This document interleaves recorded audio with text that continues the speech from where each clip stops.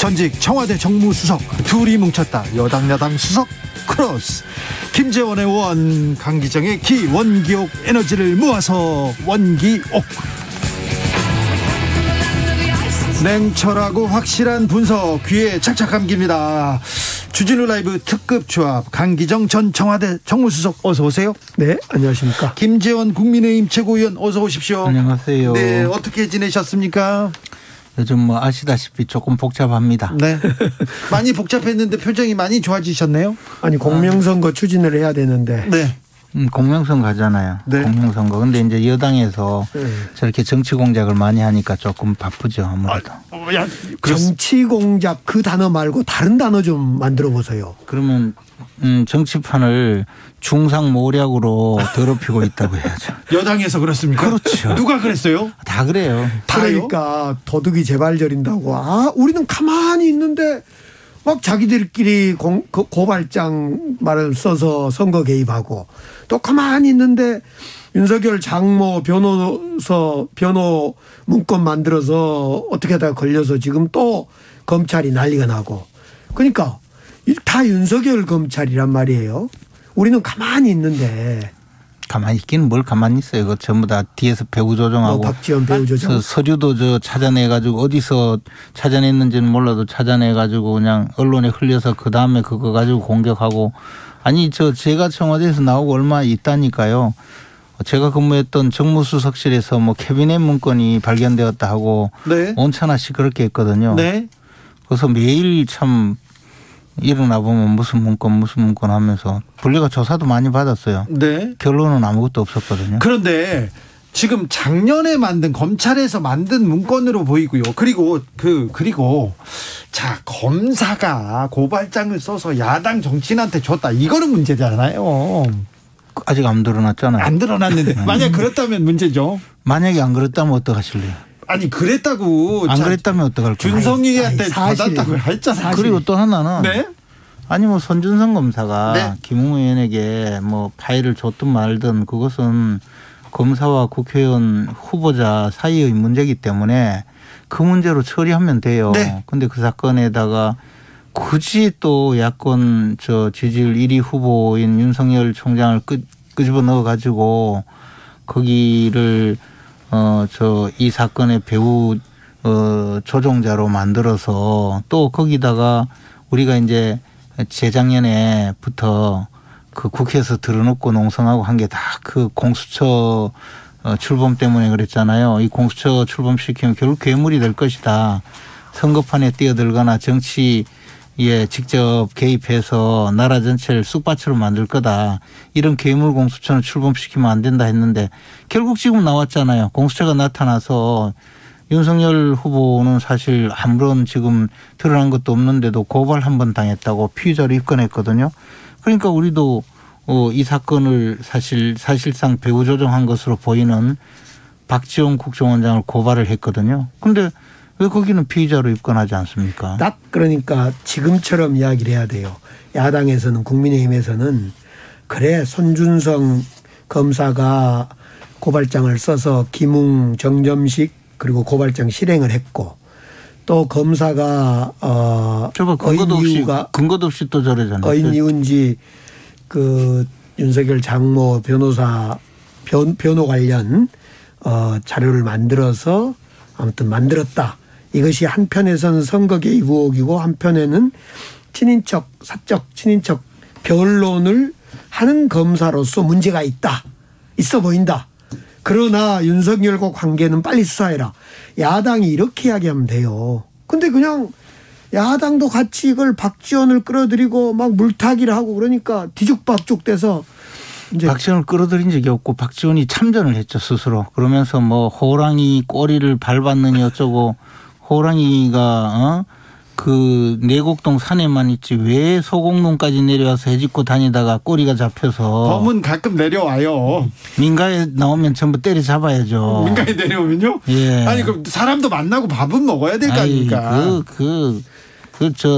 간첩 잡으라고 저 내곡동에 공간까지 마련해 줬으면 거기서 24시간 근무하면서 일을 해야 되지. 맨날 내려와서 지금 이 조성은 씨 만나서 롯데호텔 38층 거기서 만난 거 그게 들통이 나니까 이제 막 화를 내면서 내가 다 알고 있다. 입 열면 많은 사람 다친다. 이거는 정말 이거는 정상적으로 국가정보원장이 아니고 옛날 중정부장이든가 안기부장이든가 그런 사람들이 어디 권총 들이대고 협박하던 모습이에요.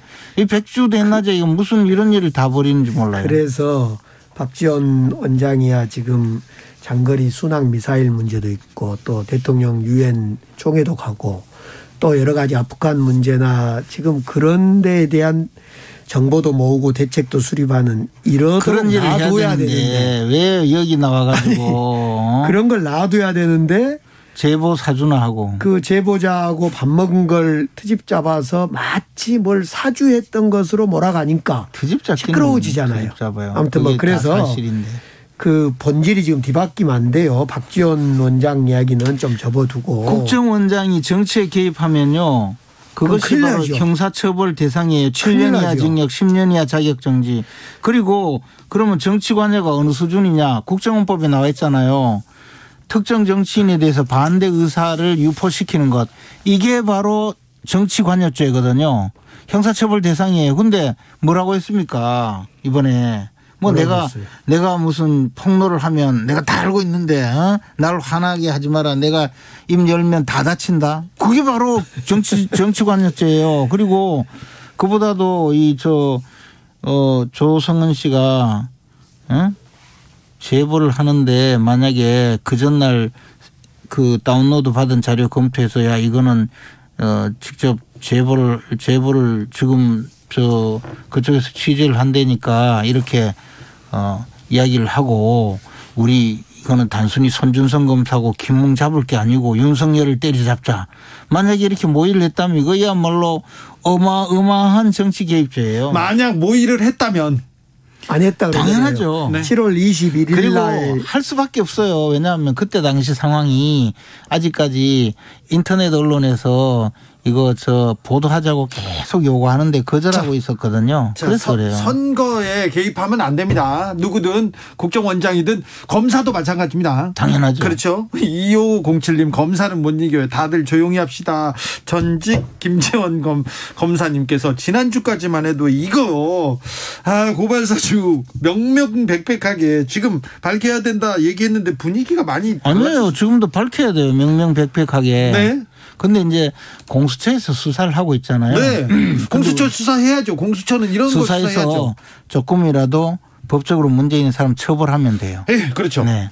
처벌하면 되고 그 점에서는 만약에 지금 등장 인물들 사이에 거짓말을 하면 왜 거짓말을 하는지까지 밝혀내리라고 봐요. 근데 네.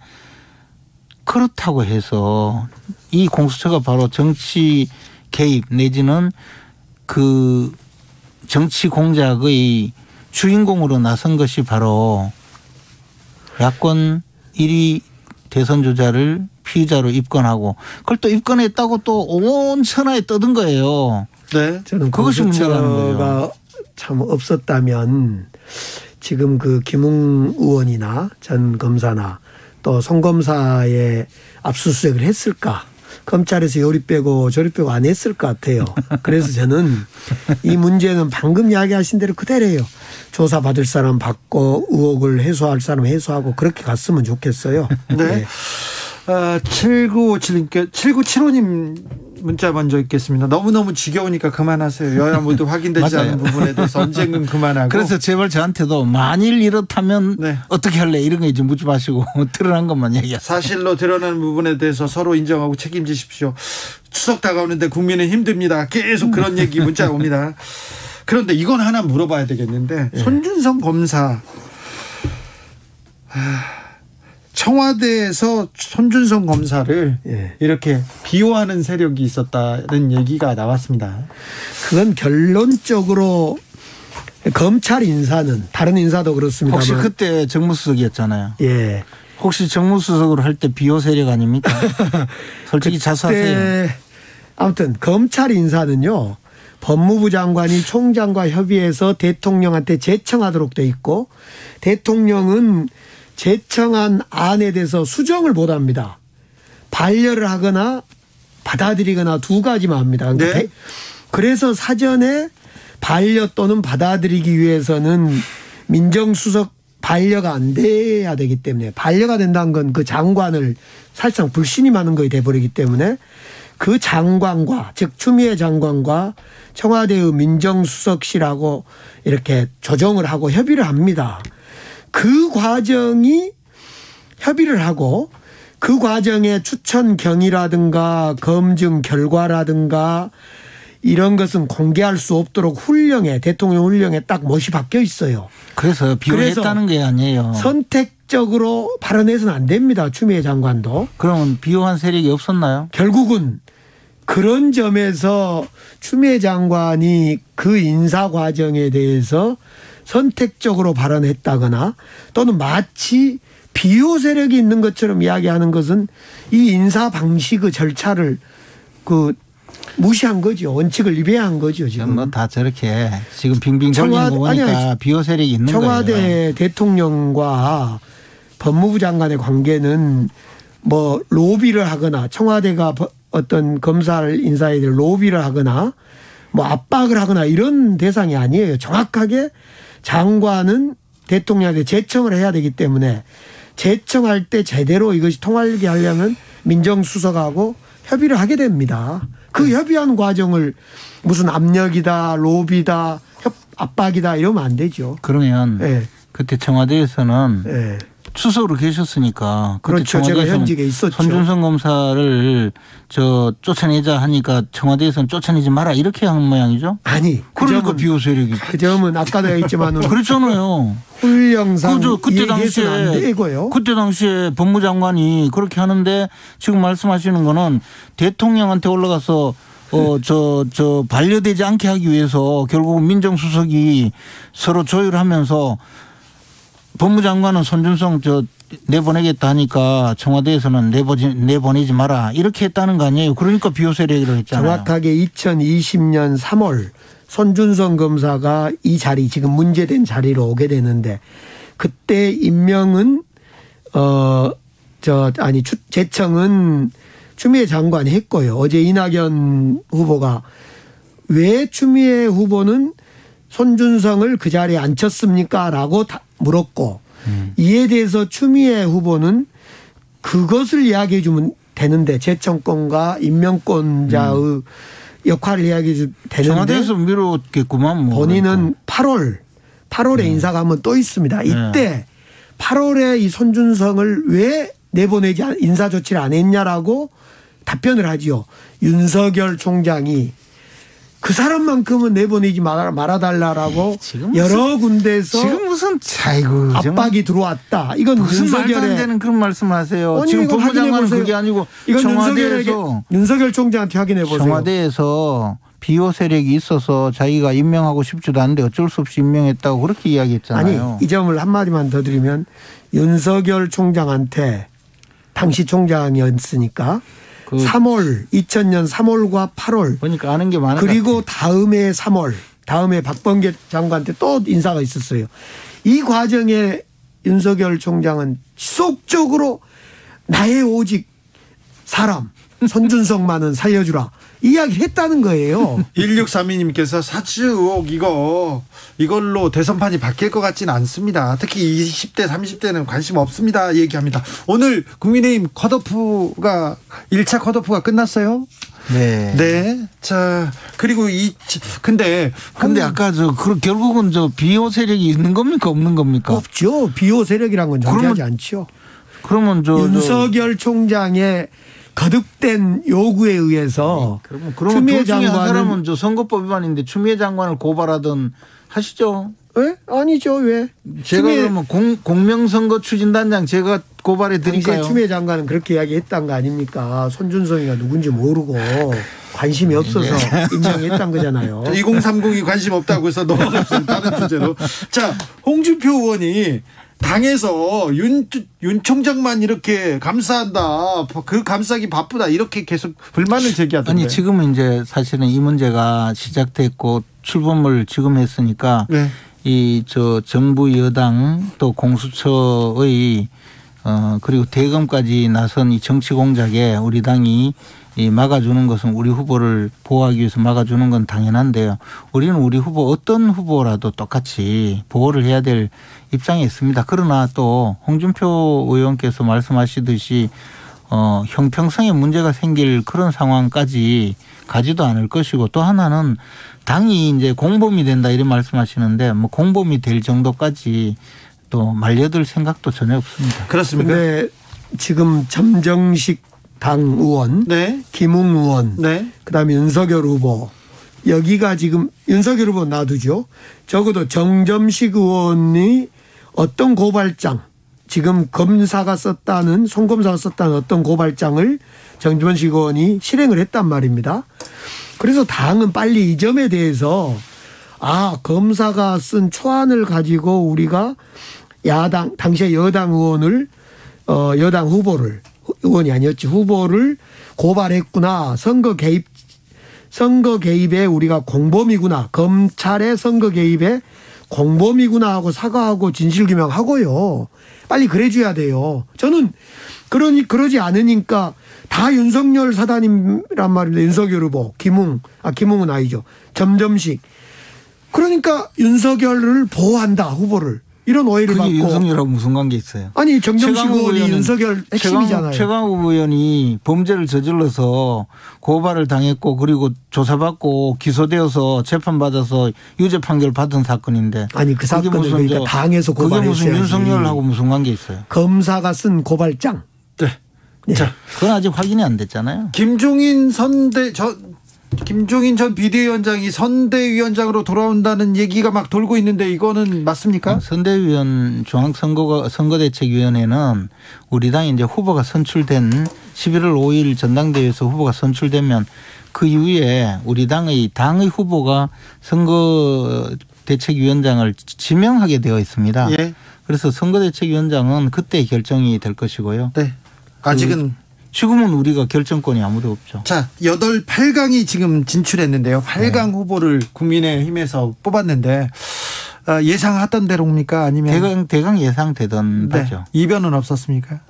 황교안 대표가 그 8강 안에 든 거는 약간 이변이었습니다. 왜 황교안 대표는 국무총리도 하고 당 대표도 하신 분인데요. 최근에 이제 뭐 여러 가지로 조금 좀 미신이 손상되는 상황이 많이 돼서 네. 그랬는데 그래도 뭐 또 8강 안에 들었던데. 이 8강 후보 어떻게 보셨어요? 8강 후보 중에 이제 관심사는 도대체 1등을 누가 했냐. 예.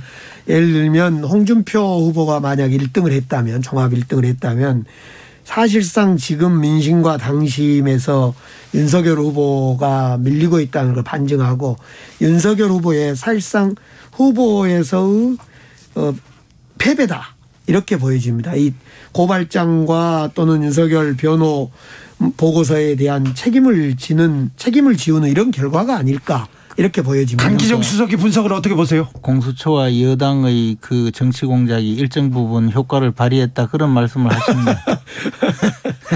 윤석열 후보가 그런데 지금 돌고 있는 자료에 보면 또 윤석열 후보가 1등이라는 자료가 있고 네. 그 외의 자료는 제가 보지는 못했는데요. 또 뭐 그렇게 돼 있잖아요. 그런데 우리가 사실은 우리 당의 자료는 지금 공개하지 않거든요. 네. 그래서 누가 1등 했는지 몰라요. 홍준표 후보가 1등 했을 수도 있고 윤석열 후보가 1등 했을 수도 있는데. 그래도 우리 김채구 의원은 다 아시잖아요. 제가 진짜 몰라요. 안 물어봤어요. 왜냐하면 그 선거관리위원회에서 정하는데 네. 결정하는데 그 부분에 대해서 아예 물어보지도 않았고 또 알면 괜히 또 뭐 알아서 무슨 한마디 해놓으면 그 때문에 또 오해도 받고 하기 때문에. 근데 사실상 민심하고 같이 결과가 나오지 않아요? 지금 민심은 홍준표 후보가 좀 더 앞서고 있죠. 어쨌거나 뭐 그거는 또 여러 가지 사정이 앞으로 달라지겠죠. 그렇습니까? 민심은 지금 상승세는 확실한데 홍준표의 상승세는 확실한데 아직 뭐 지켜봐야죠. 시간이 그렇죠. 많죠. 8902님이 이 김종인 위원장이 말한 윤석열 후보의 주변의 파리들 얘기하는데 이 부분은 어떻게 정리될까요?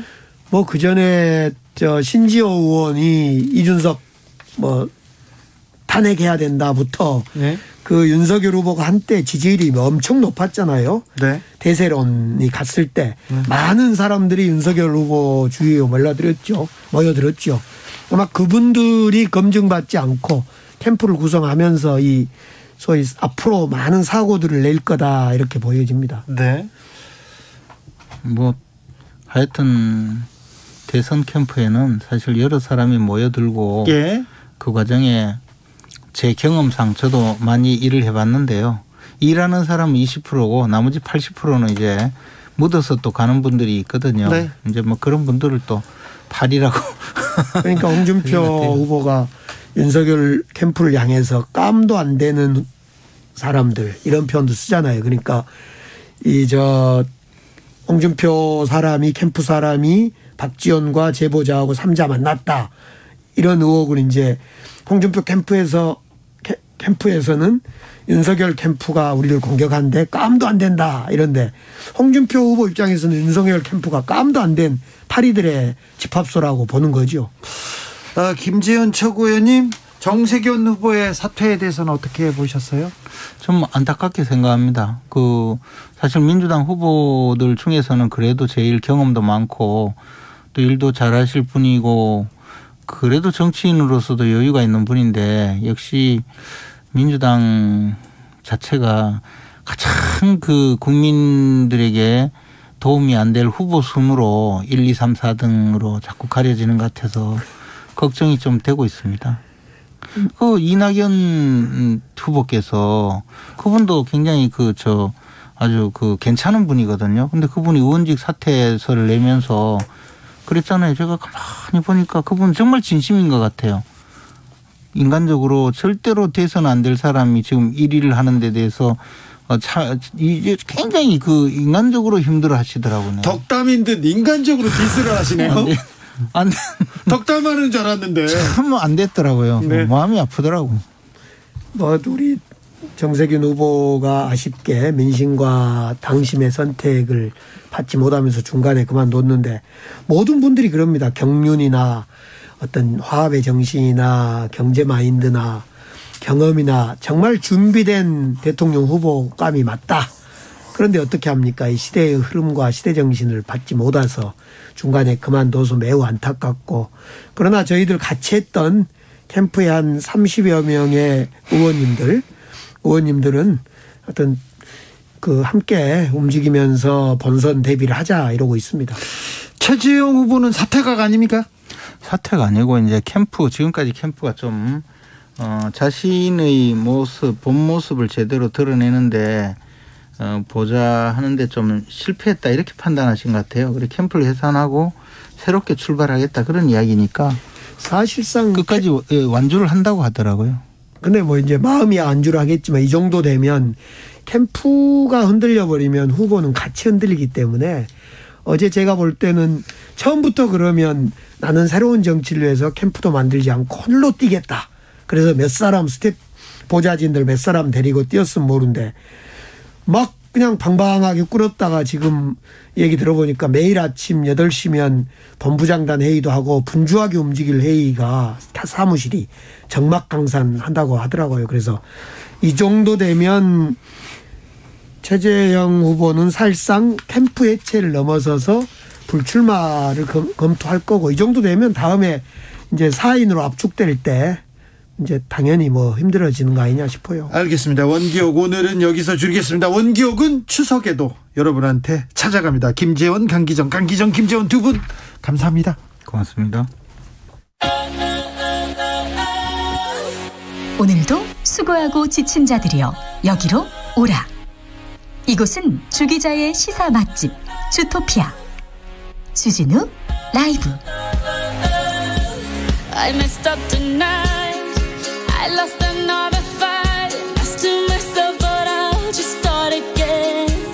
I keep falling down. I keep on hitting the ground. 느낌 가는 대로 그냥 고른 뉴스 여의도 주필.